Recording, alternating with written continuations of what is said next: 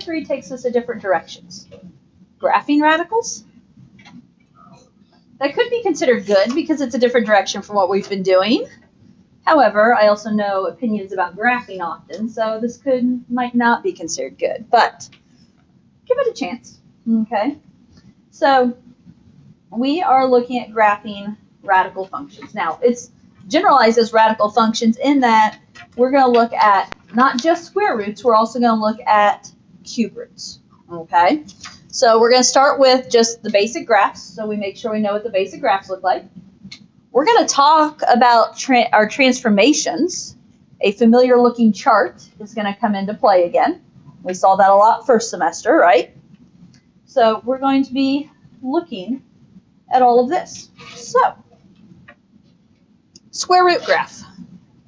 Do we know what the square root graph looks like? Let me rephrase that. Do you know what the square root graph looks like? No, I don't. Okay, you don't? Okay. If you don't know what a graph looks like, what's the suggestion usually? Ask Mrs. Sargent. And Mrs. Sargent's going to have you set up a XY chart. Okay. Good X values. 0. I like 0. 4. I like 1. I heard 0, 1, 2 to begin with. I'm going to veto 2. 4, 3. Why would we pick those random numbers of 0, 1, 4, 9? Why, Tanner? Perfect squares. Okay. Could you pick 0, 1, 2, 3? Nope. You could. But then you're graphing decimals. Then you have to figure out the square root of 2 and graph that. And you have to figure out the square root of 3 and graph that. If we pick 0, 1, 4, 9, they're perfect squares. So plug the numbers in. The square root of 0 is 0. Square root of 1 is 1. Square root of 4 and square root of 9. 3. So let's graph this. We have 0, 0, 1, 1. So right 1, up 1, 4, 2. Which is right 4, up 2. And 9, 3. Right 9, up 3.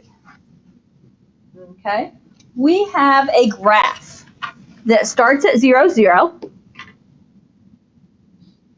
and goes on infinitely. Okay. What's that graph look like to you?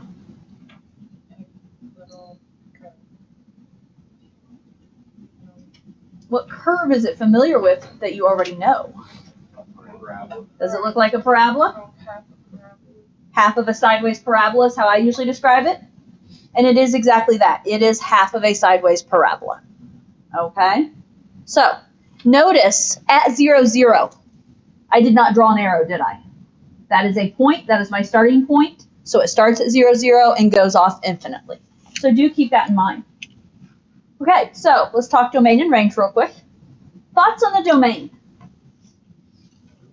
Domain is how far my graph runs left to right. So where's it? How far left does it go? That x value of 0. How far right does it go? Infinitely, yes? Out to the student parking lot and beyond. So, ways to write that. We could write that as 0 to infinity. Infinity always uses parentheses. Is 0 included?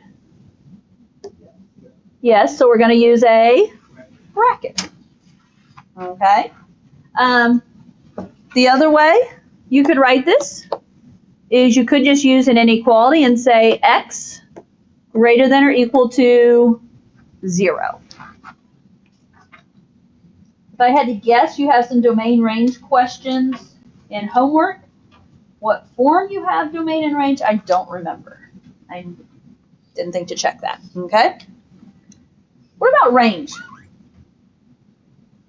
Range is how low and high. It's our y values. 0. So how low does this go?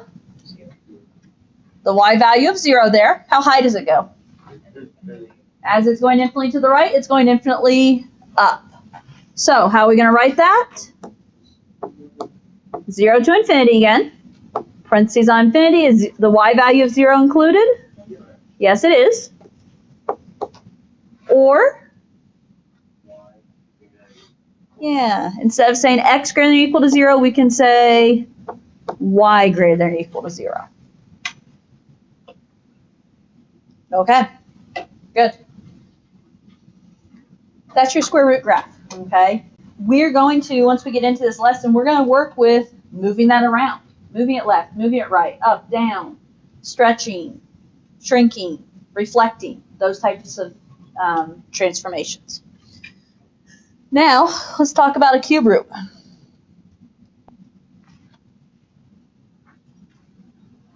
Do you know what a cube root looks like?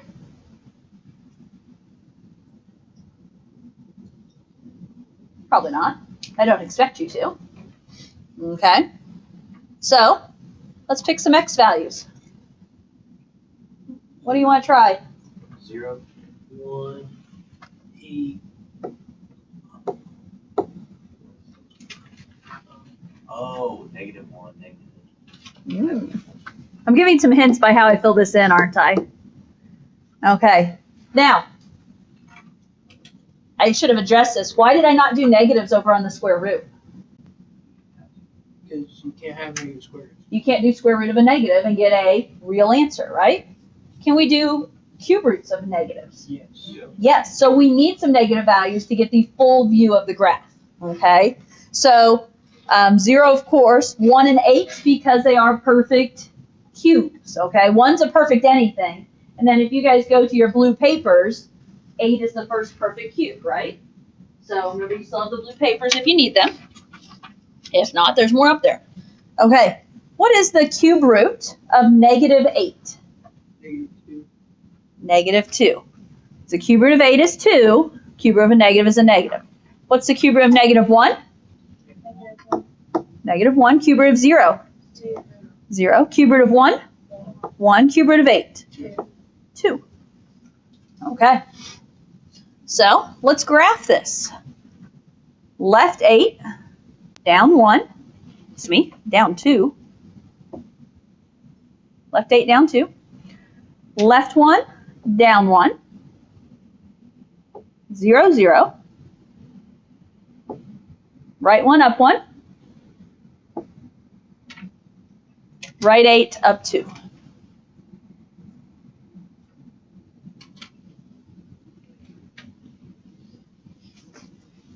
And connect your dots.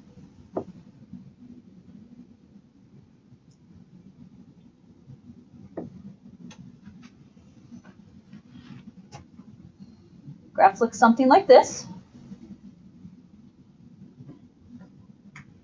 Does this remind you of a graph we've worked a little bit with? What's it remind you of? The x to the third. Yeah, x to the third.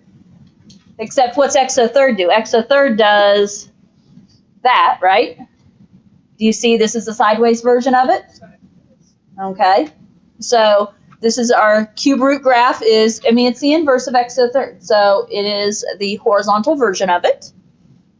The difference here is we can involve negatives. That's the big difference from cube root to square root.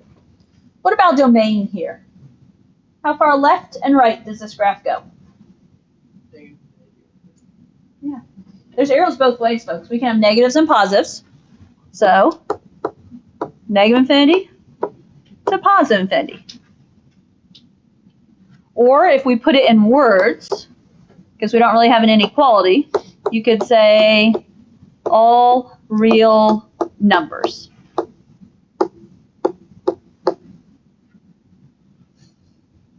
Okay. What about range? As it's going infinitely left and infinitely right, it's going lower and higher, yes? So, negative infinity to positive infinity. Or if you put it in words, it is all real numbers.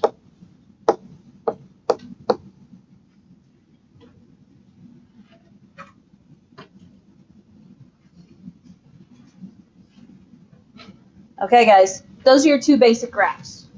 Okay, and especially in Savas, you guys know graphs are often multiple choice, not always, but often multiple choice. And with that, if you know the shape of the graph and what the equation is telling you to do, you'll have an idea of what's going on here. So we have a chart here in the middle of the page, and it's talking about using transformations to graph radical functions. There's some variables thrown in, and I want to talk about each of these, but f of x equals a times the nth root of x minus h plus k. Okay, go back and think about this. I'm going to start with h. H is with the x under the radical. What is adding or subtracting h going to do to the graph if it's with the x under the radical? That takes me which directions? Left and right? I've said all year long, if your plus or minus number is with the x in the parentheses or under the radical or in the fraction with it, that's going to take it left or right, and then what do I always tag on there? When we move left or right, it's always opposite the sign, right? Okay, so this h right here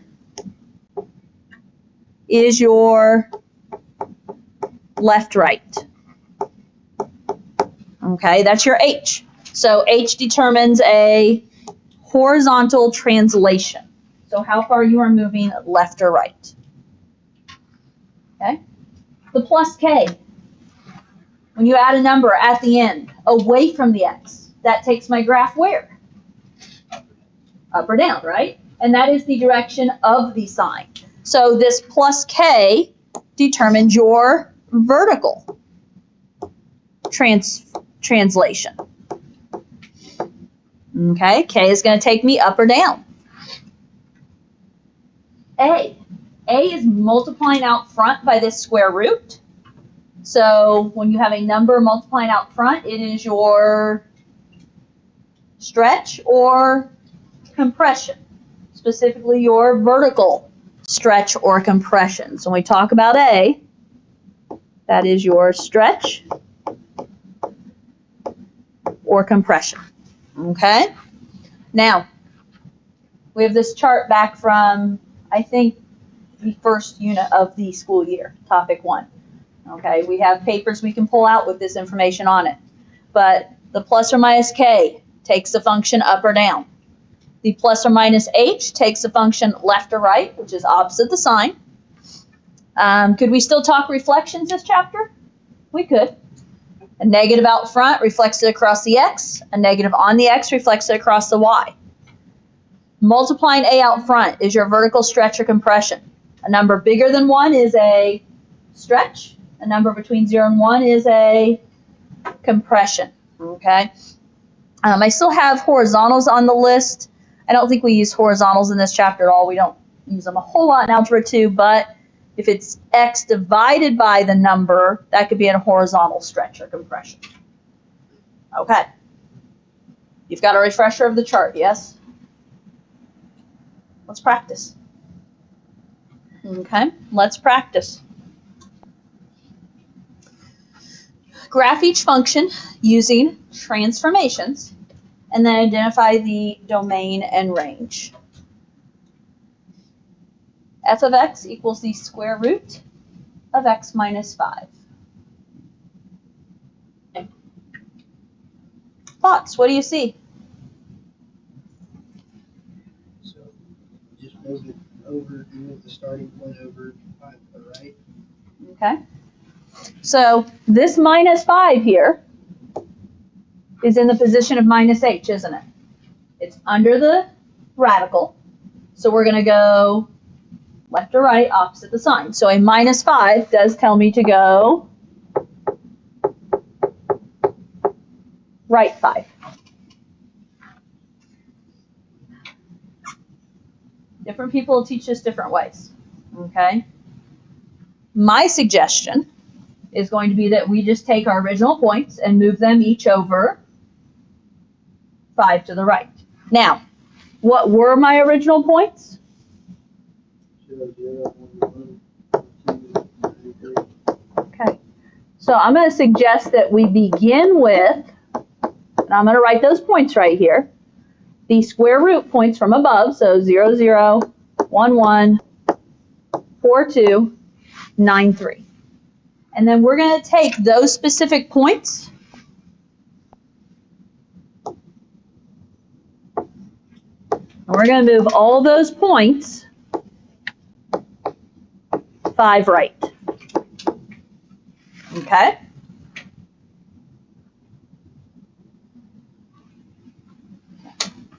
With that in mind, I'm going to go ahead and put the original points on here. You wouldn't have to. But my original points were what? 0, 0, right 1, up 1, right 4, up 2, right 9, up 3. Those were my original points. Take each of those points and count 5 right. So instead of starting at 0, 0, we're going to be starting at 5, 0. Okay? Instead of having a point at 1, 1, now we're going to have a point at 6, 1.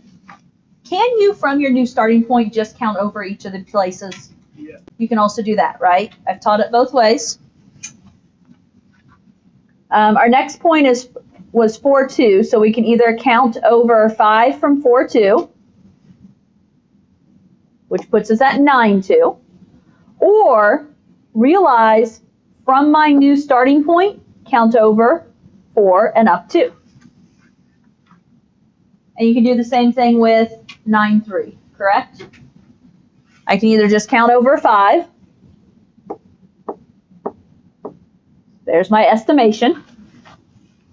Or from my original starting point, count over 1, 2, 3, 4, 5, 6, 7, 8, 9, and then up 1, 2, 3. When you connect the dots, you're connecting the new dots, yes?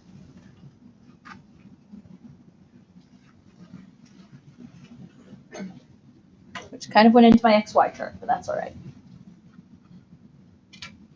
This is a variation of stuff we've done in the past, isn't it? Okay, this isn't brand new, it's just a new graph as our base graph. Now, before we move on, it does say, identify the domain and range. So, let's talk about it.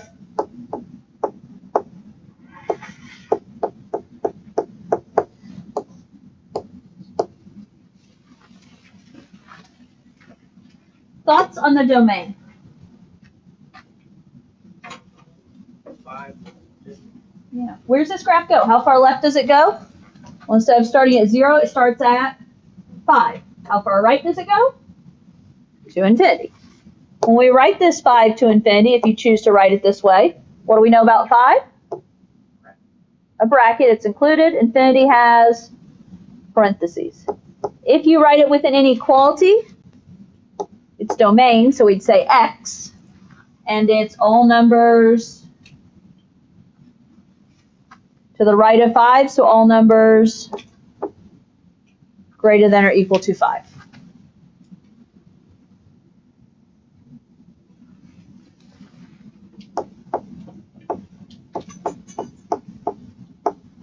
And range. What about my range? What's the lowest y value we hit? Is it still 0? Yeah, it doesn't go below this point 5, 0.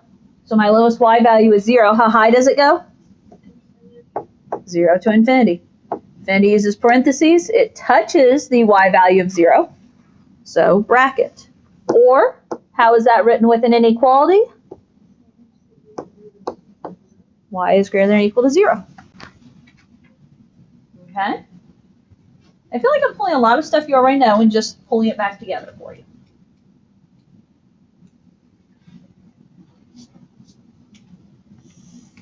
Okay, ready for B?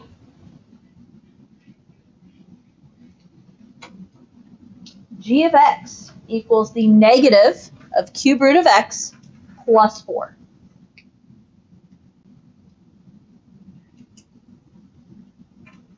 Start with +4. Okay, what's that +4 do for me? 0, 0 to y4. Okay, in other words, it's going to move it up 4. Okay. What else is happening here? We got the negative in front of the burger sign, so it's a vertical stretch. Reflection. How about a reflection? Oh, yeah, that's what I meant. Okay. That's why I said really. Just wrote Okay, okay, okay. So there's a negative out in front. So it is going to be a reflect, right? Because of that negative. Now, we just got to put that all into play. What are we going to begin with here?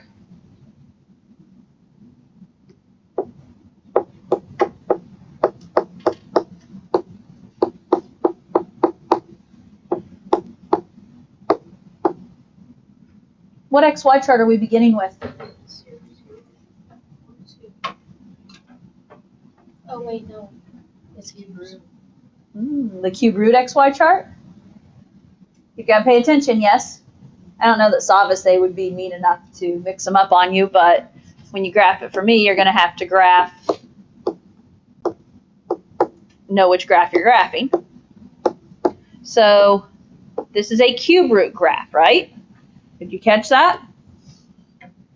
You probably caught it at the very beginning, and then it's a matter of did you remember it the entire time. So this is a cube root graph. So we're going to begin with a cube root graph, and then with that cube root graph, we're going to have to do two things, yes? We're going to have to reflect it. And which axis are we reflecting it across? The negative is out front, so where it says negative f of x, we're going to reflect across the x and then move it up 4. Okay? So I'm going to put here that we're going to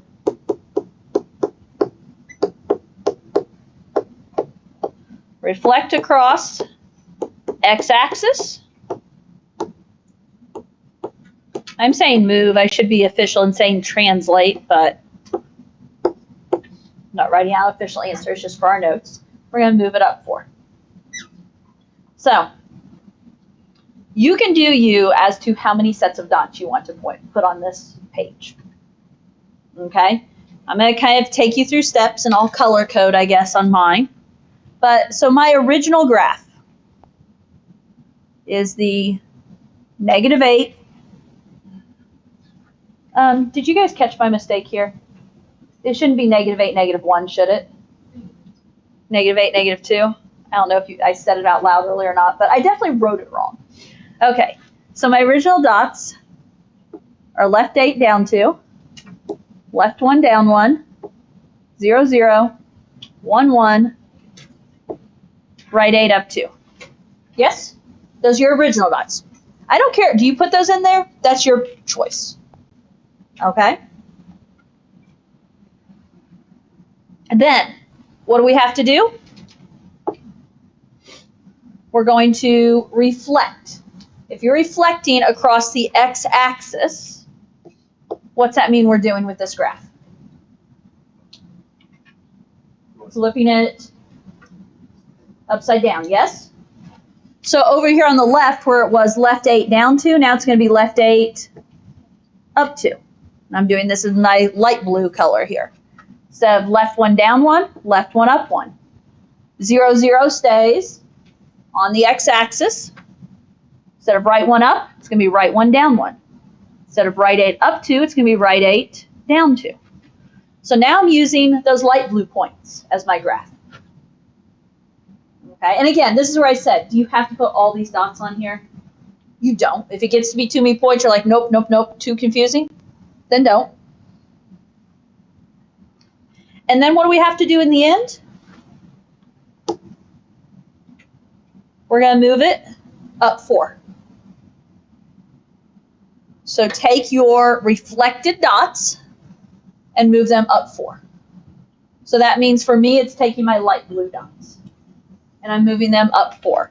So I have a point that is at left 8 up 2. When I go up 4, it's going to be at -8, 6. I have a point that was left 1 up 1. And when I go up 4 more, it's going to be left 1 up 5. I had a point at 0, 0. So when that goes up 4, it's going to be a 0, 4. At a point that was right 1 down 1. So when I go up 4, I'm going to be right 1 up 3. At a point that was right 8 down 2. So when I go up 4, I'm going to be right 8 up 2. So I'm going to land on one of my other dots. Yes. Okay? So,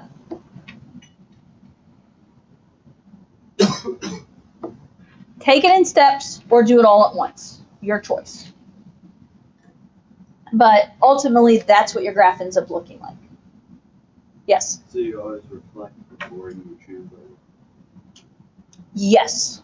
Yeah, well, I'm not going to throw in the word always, okay? Because that binds me to way too much. But here's the deal. You're starting with what's on the x. And the negative is on the x, so we're going to start with the reflection. And then the plus 4 is farther away from the x, so then we'll do the up 4. Is that a good enough answer? Yeah. So, valid question, yeah. Okay, so yeah, when you're doing your reflection, start with what's closest to the x, and then move away from the x. And here's the deal. Doesn't matter whether you move left or right or up or down, first or second, that type of doesn't matter. When you throw in reflections, compressions, stretches, those can't matter. Okay, you got the idea for a basic graph? Because now we gotta get fancier. Graph each function using transformations. Identify the domain and range. I forgot something, didn't I? Okay, sorry, backing up to the front. On B, domain and range.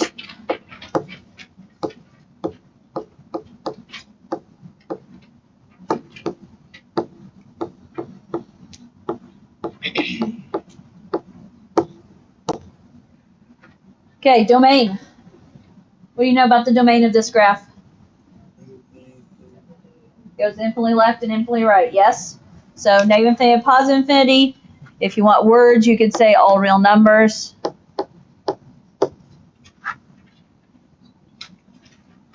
And that graph is pretty much always going to go negative infinity and positive infinity, isn't it? Okay, it doesn't matter how you reflect it, stretch it, flip it, move it. It's going to go infinitely left and right. What about range? Right. I get infinity. Okay. As it's going infinitely left, is it getting higher and higher and higher? As it moves infinitely right, is it going to get lower and lower and lower? Yeah, slowly, but it will. So our range is also negative infinity and positive infinity.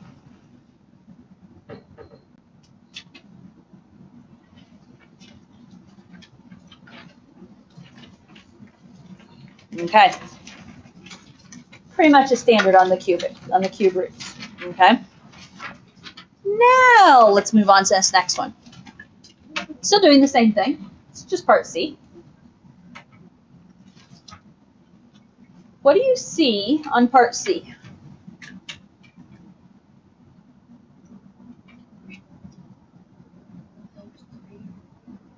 What 3? Left. Okay. We're going to have a left 3 because that plus 3 is under the radical, so it's with the x, so left or right, opposite the sign. What else? Patrick? Yeah, go up 5. Okay. We've got a plus 5 at the end that's outside the radical, so that's going to be up 5.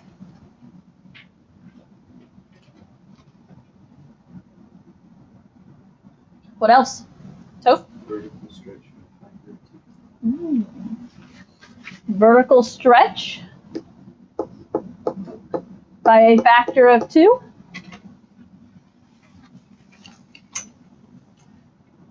Okay, so we've got to throw in the stretch. And what else do we have? A reflection? That negative out there is going to be a reflection. Okay? So we have 4 things going on with this graph. With that in mind, here's an important question for me to ask you. What graph are we talking about? The square root graph, yes? And so that's, I know it sounds silly for me to ask that, but you've got to recognize this is a square root graph. So if this is a square root graph, I'm going to write down my original XY chart. And we're going to do some work on it. So 0, 0, 1, 1, 4, 2, 9, 3. That's the originals, yes?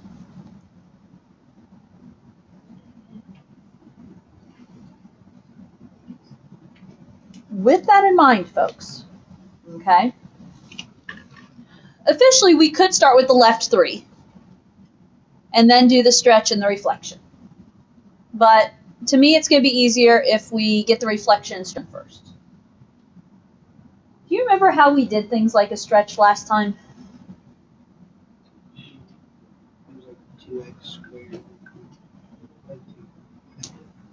Put the 2 by the x. Okay. That 2, in order to do the vertical stretch, what is it we're multiplying by 2?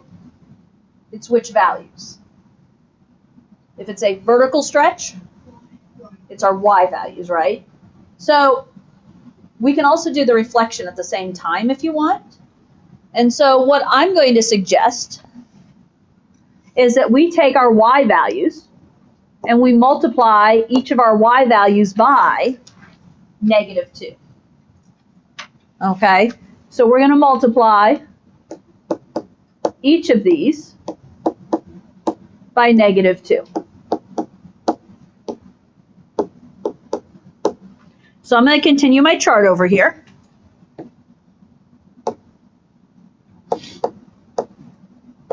We're going to write down what these are. Now, x values, don't worry about x values. They're going to stay as is. So with that in mind, 0 times -2 is 0. 1 times -2, -2. 2 times -2, -4. 3 times -2, -6. So what we've done there, I don't know if you caught it or not, we just did the stretch and we did the reflection. Okay, that's what we just did there, is the stretch and the reflection. So now we have the 0, 1, 4, 9 that matches up with the, we have these new y values of -2, -4, -6. What have we not taken care of then with our points? There's the stretch and the reflection. We also have to do what? We're going to have to take those new points and move them, let me say move, left 3, up 5. So we don't start at that. Oh. 0, 0 and start. Yeah, and as I said, we could have made our very first thing left 3, but this was easier, I thought. So, with that in mind, I'm not going to graph my original dots. I'm going to graph 0, 0. Instead of 1, 1, it's 1, -2. Instead of 4, 2, it's 4, -4. Instead of 9, 3, I'm going 9, -6. What officially do you have to do with each of those dots? Move each of those dots left 3 up 5. And I'm just going to count 1, 2, 3, 1, 2, 3, 4, 5. A different color or writing utensil is always good here. Left 3, 1, 2, 3, up 5. Left 3, up 5. And left 3, up 5. My final answer is my blue points here. Okay, my final answer is my blue points. And the piece that this is going to be awkward. We're going to, on Monday, need to come back and talk about Domain and range. domain and range. I don't mean Monday, do I? I mean Tuesday, Can we come back? or whenever we're next here. Okay, now, you have in your possession a quiz review worksheet. Do not start that, is my opinion. Okay? Do not start it. Have it in your folders. Have it with you at home in case of weather issues and we don't see you. Okay? Don't forget your phones. Have a good weekend.